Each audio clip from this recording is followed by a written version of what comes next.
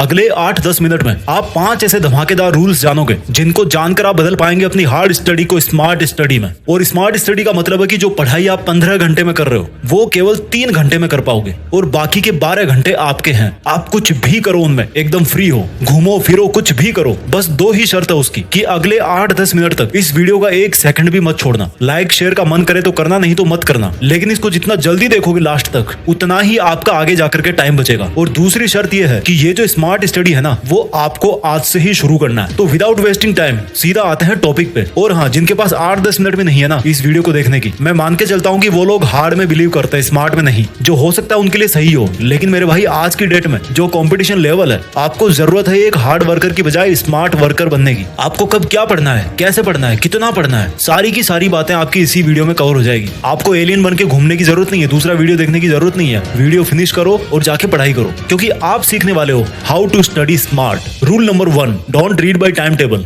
Read by mood. पहला rule ये है कि टाइम टेबल से नहीं बल्कि मूड के हिसाब से सब्जेक्ट चूज करके पढ़ाई करो। आपने मान लो टाइम टेबल बना रखा है, उसके साथ क्या प्रॉब्लम है कि जैसे ही आपका किसी सब्जेक्ट पे एक्स्ट्रा लोड बढ़ने लगता है आपका टाइम टेबल डिस्टर्ब होने लगता है, या हो सकता है रोज एक ही टाइम टेबल पढ़ के आप बोर हो जाओ। मान लो टाइम टेबल के हिसाब से आपने अपने सामने मैथ की बुक खोल के रखी है। अब अगर आपका दिमाग काम नहीं कर रहा उसमें, तो आपके पास में 2 ऑप्शन है। या तो बुक को बंद करो भाई, थोड़ा घूम लो फिर लो बाहर जाके, किसी शांत जगह पे जाके बैठो और वापस आके फिर पढ़ने की कोशिश करो।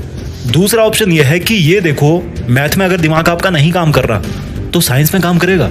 अच्छा, साइंस में नहीं करेगा तो क्या इंग्लिश में करेगा? अच्छा, इंग्लिश में भी नहीं करेगा तो क्या अभी सोशल साइंस पढ़ोगे?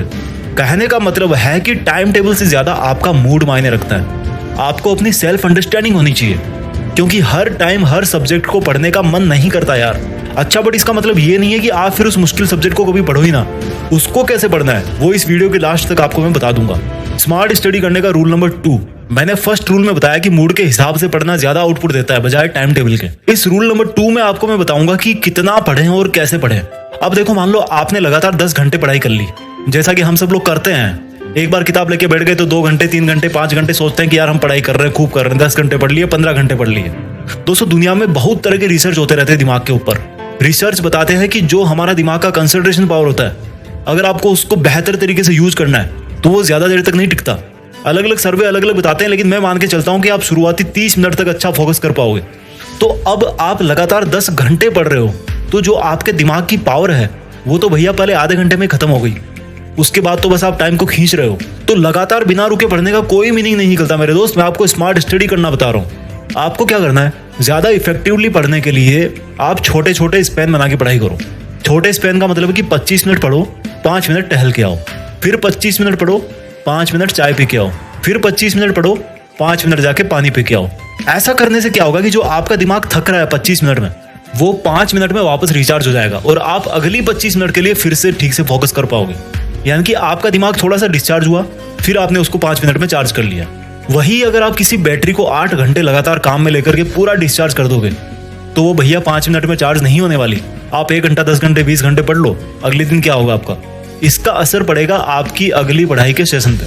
लेकिन अगर आपने 25-5 के रूल के हिसाब से 8 घंटे पढ़ाई की तो हर 1 घंटे में आपको 10 मिनट का रेस्ट मिल गया, 10 मिनट आप रिचार्ज हो गए। तो 8 घंटे में आपको 1 घंटे 20 मिनट का रेस्ट मिल गया, आपके दिमाग को रेस्ट मिल गया, या कह लो कि वो वापस साथ में चार्ज होता जा रहा है। 25-5 के बाद में आते हैं स्मार्ट स्टडी रूल नंबर 3 पे। अब आपने क्या किया, 25-5 के हिसाब से पढ़ाई करना चालू कर दी। अब आपके दिन का जो लास्ट वाला 25 मिनट का स्पैन है ना, उसमें आपको पढ़ना नहीं है, आपको 2 काम करने हैं और उन दोनों कामों में आपको बहुत ज्यादा मजा आने वाला है। पहला काम तो ये कि आज आपने जो पढ़ाई करी है तो उसका टारगेट पूरा हुआ कि नहीं हुआ, और उसी बेस पे आपको कल क्या पढ़ना है, कितना पढ़ना है, कल का जो स्टडी प्लान है वो आज ही बना लेना है कि कल मुझे इतने चैप्टर कवर करने हैं, या फिर मेरा कोई दूसरा काम है। जैसे मान लो आपको मार्केट जाना है, तो आपको कोशिश ये करनी है कि आपका जो पढ़ाई का प्लान है वो मार्केट जाने से पहले ही कंप्लीट हो जाना चाहिए।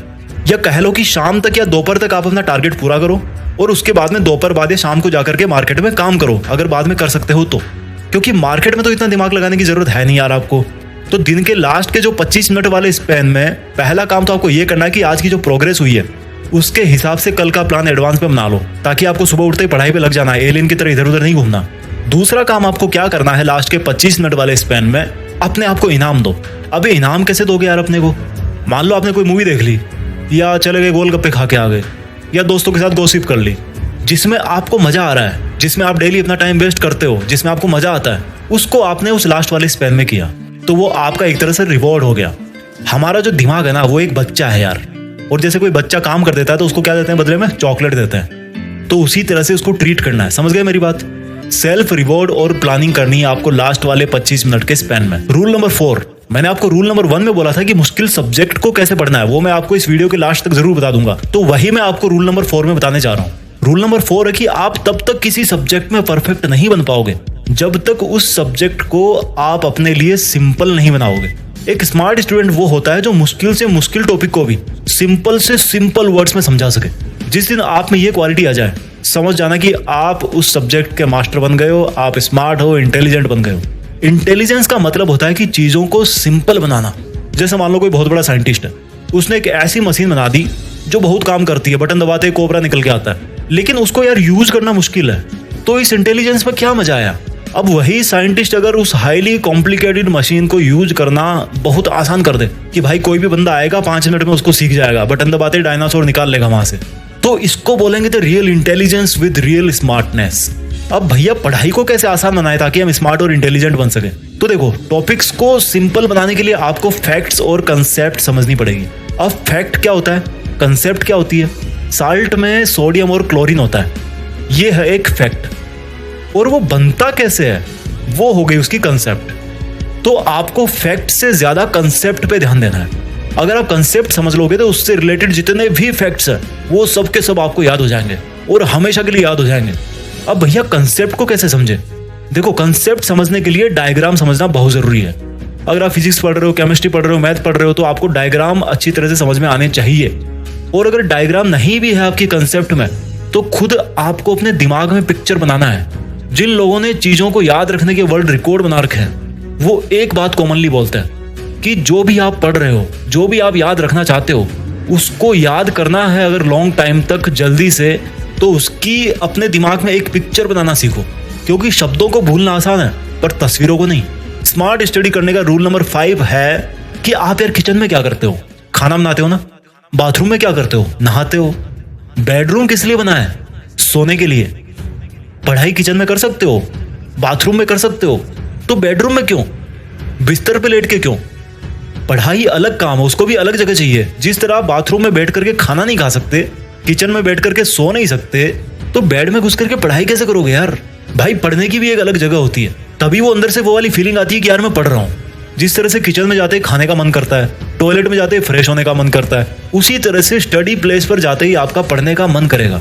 अरे भैया लगाओ एक टेबल कुर्सी कहीं थोड़ा बेड से हटके, और वहां से अपने पूरे मनोरंजन की जो रंग बिरंगी सामग्री है उनको थोड़ा साइड में करो। आपका दिमाग आपको बोले कि वाह सर आज तो मजा आ गया, क्या पढ़ाई हुई है आज तो, एकदम फोकस करने वाली जगह मिल गई, एकदम धांसू जगह है, कोई डिस्ट्रैक्शन नहीं था वहां पे। इसका फर्क पड़ता है मेरे भाई।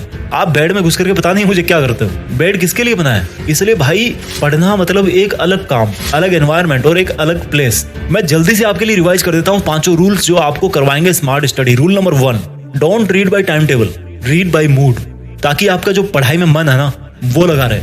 रूल नंबर 2, 25-5, 25-5, 25-5, 25 मिनट पढ़ाई, 5 मिनट मस्ती, 25 मिनट पढ़ाई, 5 मिनट खाना पानी, 25 मिनट पढ़ाई, 5 मिनट कुछ भी करो यार।